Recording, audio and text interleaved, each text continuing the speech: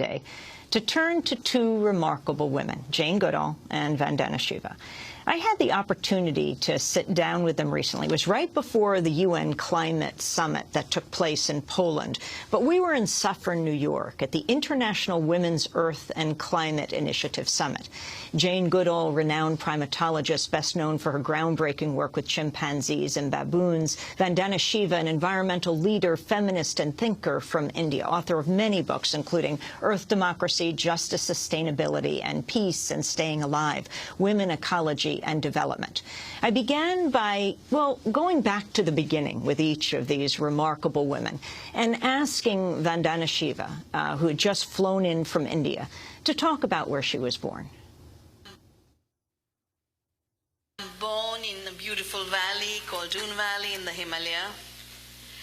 And I took for granted that the forests and rivers I had grown with would be there forever, because they were. And then in the early 70s, the stream started to disappear, the forest started to disappear.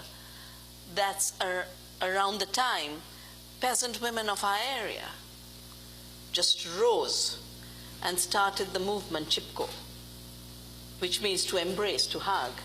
And the movement basically was women saying, we'll put our bodies before the trees, so you can't cut them, because these trees are our mothers. They give us food, fuel, water, but more importantly, they give us soil, water, and pure air.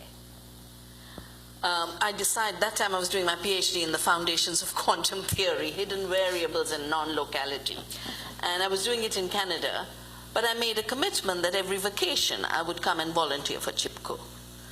And I always say I did a PhD on the University of Western Ontario on quantum theory, but all my learning of ecology really came from the women of the Himalaya. And then the problems continued, didn't go away. And even though we managed to stop the logging in the hills because of Chipko, then came globalization, and then came everything else, and the GMOs and the Monsantos. So 4 decades I've been serving the earth and serving people, and started the research foundation really to, I call it the Institute for Counter Expertise, because so much of what is called expertise is there to destroy the earth, to exploit, and to reward the exploiters. And I thought knowledge is about something else. And Dr. Jane Goodall. Well, I suppose I began loving nature when I was, I don't know, 1.5. Apparently, I was always crawling about looking at insects and plants and things like that. Where were you born? In England, born in London. Moved out to Bournemouth on the coast because of World War II.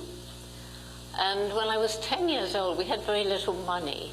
When I was 10 years old, I loved books, and I used to haunt a second-hand bookshop. And I found a little book I could just afford. And I bought it and I took it home, and I climbed up my favorite tree and I read that book from cover to cover, and that was Tarzan of the Apes. I immediately fell in love with Tarzan, and goodness, I mean, he married the wrong Jane, didn't he? At any rate, I was 10 years old, and I decided I would grow up, go to Africa, live with animals, and write books about them. But everybody laughed at me. How would I do that? Not only no money, Africa, the dark continent, but, I was a girl. Girls didn't do that sort of thing. I think I was amazingly blessed because of the mother I had. But for her, I doubt I would be sitting here now. So where everybody else said to me, Jane, dream about something you can afford. Forget this nonsense about Africa. She said, if you really want something and you work hard and you take advantage of opportunity and you never give up, you will find a way. So anyway, it's not important. I saved up, I got to Africa, I got the opportunity to go and learn not about any animal but chimpanzees. I was living in my dream world, the forest in Gombe National Park in Tanzania. It was Tanganyika when I began. It's beautiful, with amazing rivers and waterfalls. And I was learning about these extraordinary beings so like us, helping us in a way to understand who we are. And then I discovered at a big conference in 1986 that right across Africa, chimpanzees were going. Their forest world was going. And so I began traveling around in Africa, talking to whoever I could find about chimpanzee conservation and forest conservation. And then I found how the African people were suffering, about the poverty, about the disease, about the ethnic violence. And then I began to realize how so many of Africa's problems, which were leading to the destruction of the forest, were caused by outside influences, and that the evil of the old colonial era was carrying on, and that some of the big multinationals were doing the same thing, were moving in to Africa and other developing countries and taking the natural resources and leaving people poorer than ever. And so I began traveling around also in North America, in Europe, and increasingly in Asia, and learning more and more about the harm that we have inflicted on the environment. And that's what's brought me into spending my life helping to protect the forest as much as we can, and learning how the destruction of the forest not only is destroying the chimpanzees and other animals, but increasing climate change. You know, the motto of democracy now is the exception to the rulers, because that's what we have to be, holding those in power accountable. And I think across your disciplines, that is what you do.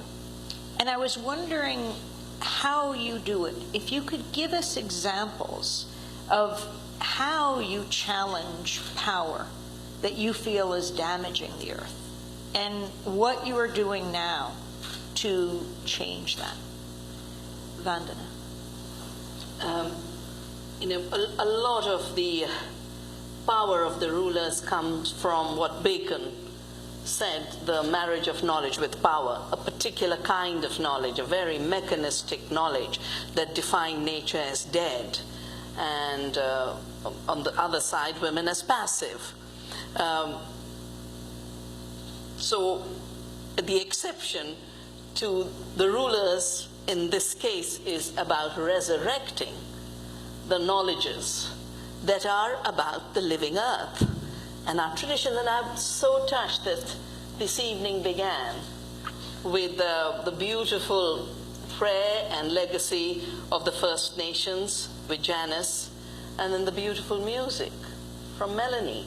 Now, to me, this is the United States of America. Traditions that are totally submerged. So my commitment has been first and foremost to really, you know, do a resurrection of hidden knowledges and worldviews, which is what women bring to this discussion. And every time I've done a study, even when government and United Nations will commission it, the first thing I do is go talk to the women in the villages. So for example, I was asked to look at the impact of mining in Doon Valley. That's when I gave up my job and work in Bangalore and returned to Dehradun to start the foundation. And the government was writing this TOR on the ugly look of the mountains, because Indira Gandhi had commented. So I went to the women. I said, what's the issue with this mining? And they said, water. They said, that limestone holds the water. None of the scientists said it. So I rewrote the terms of reference and did the participatory analysis. But the second thing we always do is, because it's participatory, people know. People have knowledge. It might not be recognized by the dominant system, which I call corporate patriarchy now. It was capitalist patriarchy when Chipko happened, because the corporations weren't such big players in our lives. They were contained by all the rules of democracy, and they've knocked those rules off bit by bit. The other thing I always do is build the movement simultaneously, because I don't think you can fight these battles top to top. You just can't. So for every study we've done and every piece of research we've done, one, we've countered a paradigm. I mean, all my work on the Green Revolution, it was assumed the Green Revolution produces more. Found out, no, it doesn't. It produces more commodities, but commodities are not food. And then we built the movement when I came to know about how intellectual property rights were being put into the World Trade Organization.